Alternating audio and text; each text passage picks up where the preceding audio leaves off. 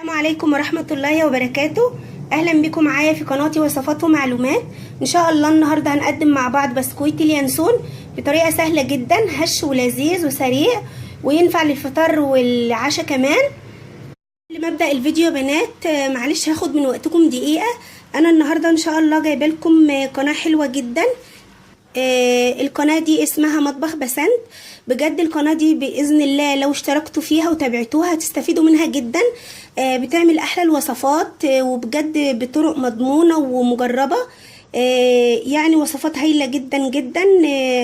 كل الحلويات اللي انتوا نفسكم فيها هتجربوها ان شاء الله بمقادير مظبوطة وبطريقة احترافية.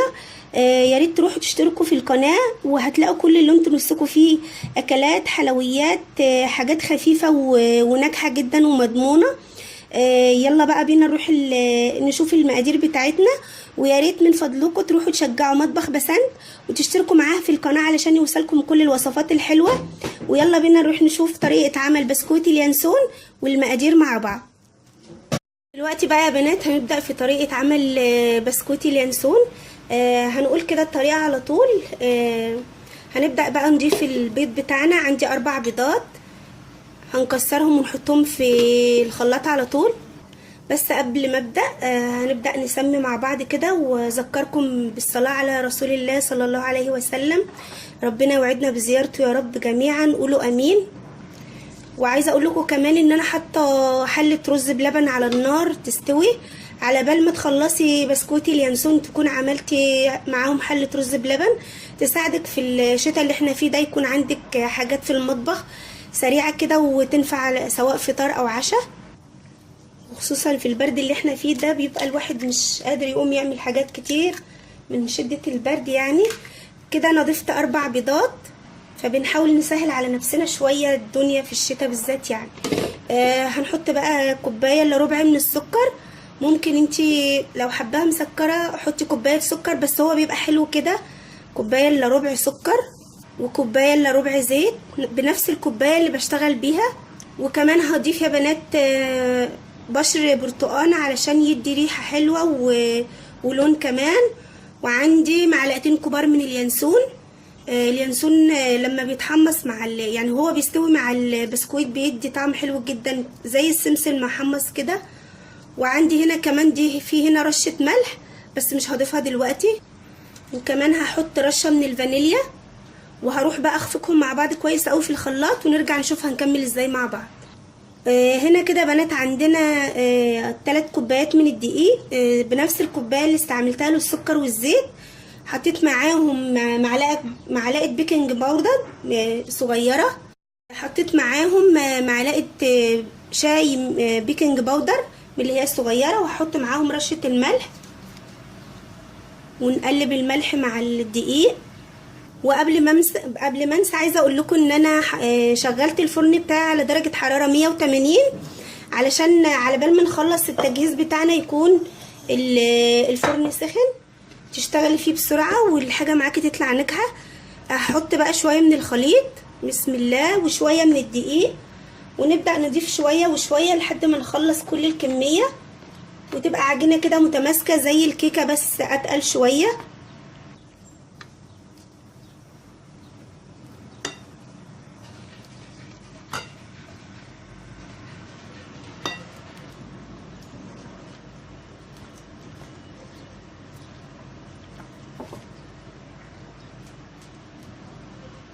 ممكن احط شويه ميه كده ينزلوا لي بقيه الخليط ويطروا شويه صغيرين البسكوت.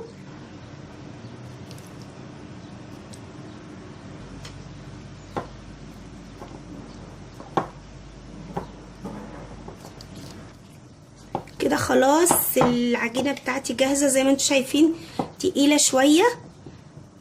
بعجنهم كويس قوي في بعض عشان ما يبقاش في دقيق مش مخلوط. وبعدين هنجيب القالب بتاعنا ونفردهم مع بعض. في صينيه عندي كده مفروده زي الصاج، هرش فيها شويه من الزيت وافردهم فيها كويس. بوزع الزيت بقى بس بزود سنه صغيره يعني.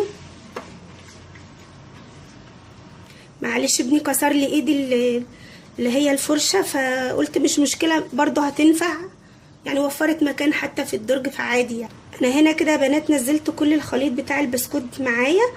هنبدأ بقى نفرده كده في الصينية. هدهن ايدي بس شوية زيت ونبدأ كده نفرده بسم الله عشان ايه يبقى كله سوا واحد كده يا بنات. انا فردت كل الصينية، فردت البسكوت بتاعي كويس قوي. دلوقتي بقى هندخله نظبط بس الجوانب من هنا كمان متبقاش عالية عشان ما تتحرقش.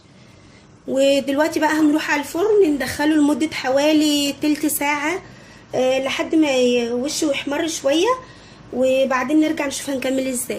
كده يا بنات البسكويت بتاع اليانسون خرج معايا من الفرن، خد لون ذهبي حلو كده.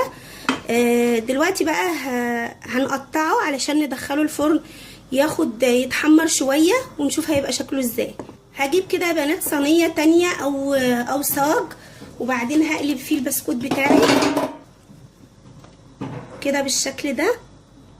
دلوقتي بقى هنبدأ نقطعه، يا اما بتقطعيه على جزئين او 3 زي ما انت حابه. يعني انا هاخده من النص، ممكن تاخديه من النص ويبقى على جزئين، وممكن 3 يكون حجمه مناسب يعني عشان ما يبقاش بسم الله الرحمن الرحيم ما يبقاش طويل قوي يعني ويتكسر. فانا هقطعه كده على 3 اجزاء بالشكل ده، وبعد كده هنبدأ نقطعه شرايح رفيعه جدا علشان هنرجعه الفرن تاني ياخد لون كده ويتحمص. عايزه اقول لكم ريحته حلوه جدا جدا ان شاء الله. يا رب لما تجربوها هيعجبكم قوي، بس بالراحه كده معاه علشان ما يتكسرش منكم. كده يا بنات انا خلاص قطعت كل البسكويت بتاعي بس تقطيعه رفيعه، علشان هنبدا بقى نقلبه على الوش التاني بحيث ان احنا هندخله يتحمص من الوشين. هفرده كده على الجوانب كلها ونرجع نشوف ازاي، بس لازم يكون يعني بريد شويه علشان ما يتكسرش. كده يا بنات بالشكل ده ببدا ارص البسكويت بتاعي، وفي الدول العربيه بيسموه الشبوره.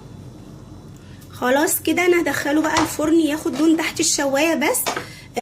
كده يا بنات خلاص بسكويت اليانسون خرج معايا من الفرن. على فكره هو لونه ذهبي وحلو جدا وما بياخدش وقت خالص في الفرن معاكي.